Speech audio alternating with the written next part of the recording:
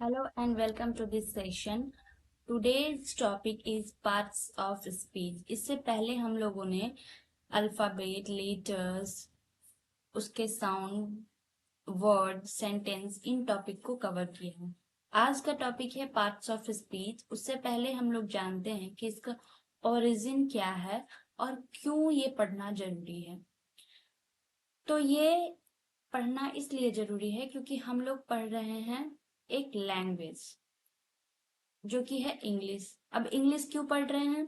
इसलिए कि हम अपने रीजनल लैंग्वेज के अलावा ऐसा एक लैंग्वेज सीख सके जिसका यूज हम जब भी अपना रीजन छोड़ के दूसरे रीजन में जाए। फॉर एग्जाम्पल, हम महाराष्ट्र में जाएं तो मराठी हमें नहीं आए, बंगाल में जाएं जहां हमें बंगाली ना आए, उस टाइम पे एक कॉमन लैंग्वेज जो सब बोलते हैं वो हमें आना चाहिए ताकि हम कम्युनिकेशन कर सके उनके साथ, अपनी बात को उन तक पहुंचा सके, अपने थॉट्स को ट्रांसफर कर सके। या फिर अगर हम इंटरनेट पे कुछ पढ़ाई करते हैं, कुछ सर्च करते हैं, कंप्यूटर यूज करते हैं, कोई भी इलेक्ट्रॉनिक डिवाइस यूज करते हैं, तो सब चीज का फ्रेमिंग जो है वो किस लैंग्वेज में हो रहा है? इंग्लिश लैंग्वेज में। अपने देश से बाहर के लोगों के साथ कम्युनिकेशन करना है, बाहर जाना है, तो भी हमें इंग्लिश आना चाहिए। कोई बुक्स पढ़ रहे हैं या कुछ भी इम्पोर्टेंट है, किसी फील्ड में जा रहे हैं, किसी फील्ड की स्पेशल स्टडी कर रहे हैं, तो भी हमें इस लैंग्वेज को जानना और सीखना जरूरी है। तो पहले तो ये जान गए कि इंग्लिश एक लैंग्वेज है और इसे सीखना क्यों जरूरी है। अब लैंग्वेज को सीखने के लिए क्या क्या जरूरी है? तो किसी भी लैंग्वेज को अडॉप्ट करने के लिए वहां के नेटिव उसे कैसे बोलते हैं, कैसे डॉक्यूमेंटेशन करते हैं, कैसे स्पीकिंग करते हैं, ये तीन चीज की नॉलेज होनी चाहिए। यानी कि बोलना, लिखना और समझना हमें आना चाहिए, जिसके लिए एक रूल बुक बना है जिसे हम कहते हैं ग्रामर। ठीक है।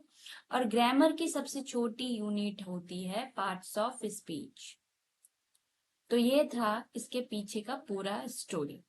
अब पार्ट्स ऑफ स्पीच क्या होता है? पार्ट्स ऑफ स्पीच क्या होता है ये आप क्लियरली समझ गए हैं। बट इन्हें कैटेगराइज किया जाता है वैसे वर्ड्स में जो क्लासिफाइड किए गए हैं ग्रामेटिकल प्रॉपर्टीज और किसी भी सेंटेंस में वो किस तरीके से फंक्शन करते हैं, मतलब किस तरीके से वो काम कर रहे हैं, इसे दर्शाने के लिए। पार्ट्स ऑफ स्पीच एक फंडामेंटल होता है, एक आधार होता है, ठीक है, एक बेस होता है किसी भी इंग्लिश ग्रामर के सेंटेंस के स्ट्रक्चर और फंक्शन को समझने के लिए। ये मदद करता है किसे किसे? राइटर्स को, स्पीकर्स को, और कोई भी जो इफेक्टिव सेंटेंस को कंस्ट्रक्ट करना चाहता है, एक स्पष्ट मीनिंग क्लियरली कन्वे करना चाहता है, या अपने आइडियाज को एक्यूरेटली यानी अच्छे से किसी के सामने प्रेजेंट करना चाहता है, अपने आइडियाज को ट्रांसफर करना चाहता है, तो उसमें ये हेल्प करता है। बेसिकली इंग्लिश में यानी पार्ट्स ऑफ स्पीच को 8 टाइप्स में डिवाइड किया गया है। That is noun, pronoun, verb, adjective, adverb, preposition, conjunction and interjection. Okay. Now अब ये नाउन क्या होता है? तो noun are parts of speech that comprise words that are used to name people, places, animals, objects and ideas। यानी कि noun वो parts of speech है, मतलब स्पीच का वो हिस्सा है जिसमें किसे किसे कंप्राइज किया गया है? वर्ड्स, वैसे वर्ड्स को कंप्राइज किया गया है जिसे किसी लोग के, किसी इंसान के, किसी व्यक्ति के नाम को स्पेसिफाई मतलब नाम देने के लिए यूज किया जाता है, या किसी प्लेस के, या किसी एनिमल या ऑब्जेक्ट, या फिर आइडियाज। मतलब दुनिया में जितने भी चीज हमारी नजरों के सामने है या जो नजर के सामने नहीं भी है, जिन्हें हम छू भी नहीं सकते, देख भी नहीं सकते, उनके भी कुछ न कुछ नाम है।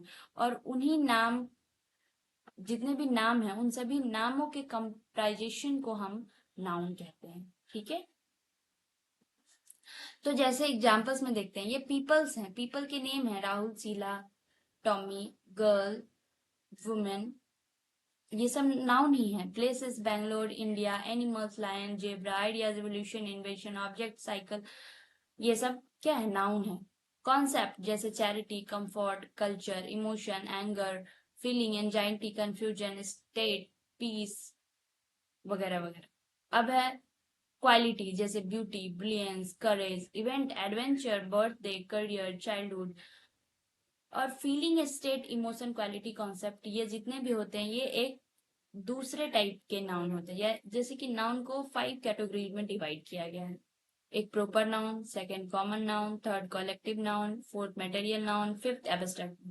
तो कौन से नेम को हम कौन से कैटेगरी में डालेंगे, इसके लिए हम टाइप्स ऑफ नाउन पढ़ते हैं, जो कि हम नेक्स्ट सेशन में पढ़ेंगे। और उससे पहले एक क्वेश्चन है आप लोगों के लिए कि चाइल्डहुड, या चाइल्डहुड तो आप लोग देखे होंगे, फ्रेंडशिप, फ्रेंडशिप,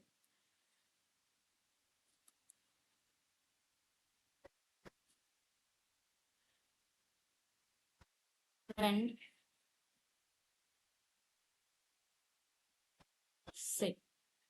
ये एक वर्ड है। अब ये वर्ड जो है ये क्या है, नाउन है या प्रोनाउन है या वर्ब है या एडवर्ब है या प्रीपोजिशन है या कंजंक्शन है या इंटरजेक्शन है या कुछ और ये क्लियर हो जाए कि कौन सा वर्ड पार्ट्स ऑफ स्पीच का कौन सा हिस्सा है, तो वो हमें कैसे स्पीकिंग में हेल्प कर सकता है कि हम नेक्स्ट सेशन में पढ़ेंगे। तब तक आप ये मुझे बताएंगे, सोच के रखेंगे कि फ्रेंडशिप आखिर क्या है। तो आज के लिए बस इतना ही। Thank you so much.